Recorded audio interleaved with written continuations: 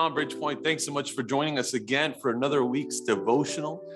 Today, I want to take us to the book of Isaiah, chapter 60. And we're only going to read the first verse here. And it says, "Arise, shine, for your light has come, and the glory of the Lord has risen upon you." One of the things I wanted to talk about today is how we are not too far into 2022. And I do feel like many of us have already began to feel the battles that this year is bringing. Now, this could be on a personal level. This could be on an emotional level. It could be on just within your family, your home, your church, your job situation, whatever the case may be. We have already began to start fighting some battles. A few weeks back, I got COVID again. And I say again, because it's my second time getting COVID, and this time it hit me like a flu. I mean, probably was just the flu, but anyways, tested positive.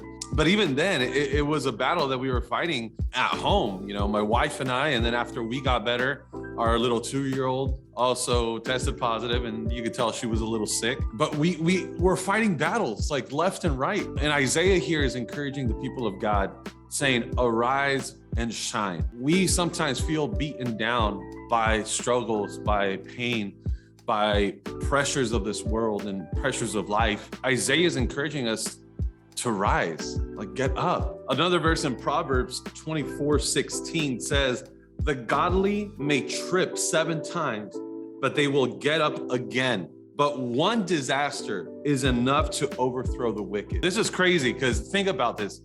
If something in your life is causing you to stumble, to trip, to fall, and you just want to give up and it becomes this huge disaster, consider yourself in the category of the wicked. Now, this doesn't mean that you do wicked things. It just means Christ is not your priority.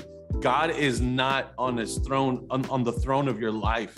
This is really important because when God is the one that is on the throne of your life, you get back up because it's not the end of the world. God has you in the palm of his hand. God still has a plan for you. God still has a purpose for you. And therefore, you get back up and you keep fighting. But if something is happening and it's becoming this disaster in your life, say, is it a possibility that this disastrous thing that's going on is just simply showing me that I need to draw myself closer to God? Is it showing me that I need to put God back on the throne of my life? Have I kind of put him off of the throne of my life and put myself there, put my will, put my desires, put the things that I want, put my own goals, my own visions? Is that there? Because if it is, as soon as something goes bad, you're going to lose it. You're going to say, how is this happening? This is a disaster. And you just want to give up and you want to just throw the towel. Why? Because you're fighting for something that at the end of the day is meaningless. Our visions, our goals, the things that we have priority of many times are very earthly based. And God brings in a vision that is heavenly kingdom based. And it's something that is never ending. And it's something that when you're fighting and you're doing something and it doesn't go well, you get back up. Why? Why do you get back up? You get back up because you're not done yet. God is not done with you. And God is not letting you fight by yourself. You're not fighting a battle on your own. You have God by your side. And then secondly, you have people, including those here with us here at Bridgepoint. We are here to fight with you, to encourage you, to uplift you, to grab you by the hand and say, get up, get up. I don't know if you guys have been watching Cobra Kai or not, or anything like that, but it's super dope. There's a part where Daniel's daughter, is dealing with fear because of Tori, this night, and he ends up telling her, I too was afraid. And many times we don't want to get up because we're afraid. We know that if we get up, we're going to have to face what it is we've been facing all along again. And many times we don't want to do that. But you can't let fear hold you back. You can't let fear push you down to the point where you can't continue on what God is calling you to do. You're not in this alone. You're not in this alone. You're not doing this for yourself either. You're doing this for the bigger picture. Look at what God is wanting to do through you for others and for his kingdom. So arise, get up, And then obviously the next part of that verse, arise and shine. Don't just get up to blend in with the world. Don't just get in, in the New Testament, Paul describes it as to conform to the world. Don't get up to conform to what the world wants you to do, because then you're going to end up right back where you were. Get up and shine, stand out. The Bible says to be the light of the world. You have to be this beacon of hope. You have to be this beacon of light. What do you find, not to be super cheesy here with Bridgepoint, but typically at the very top of a bridge are usually lights. And this is obviously so that airplanes don't crash into the bridge, and they're kind of indicators like this is where the top of the bridge is.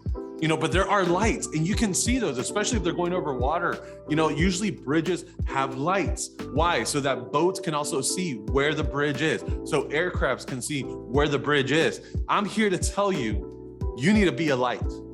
If you want to bridge the gap, which is what Bridgepoint's all about, bridging the gap between people to other people, but then also people to Christ. If you want to be that bridge, you have to also shine. You have to be the light to those people.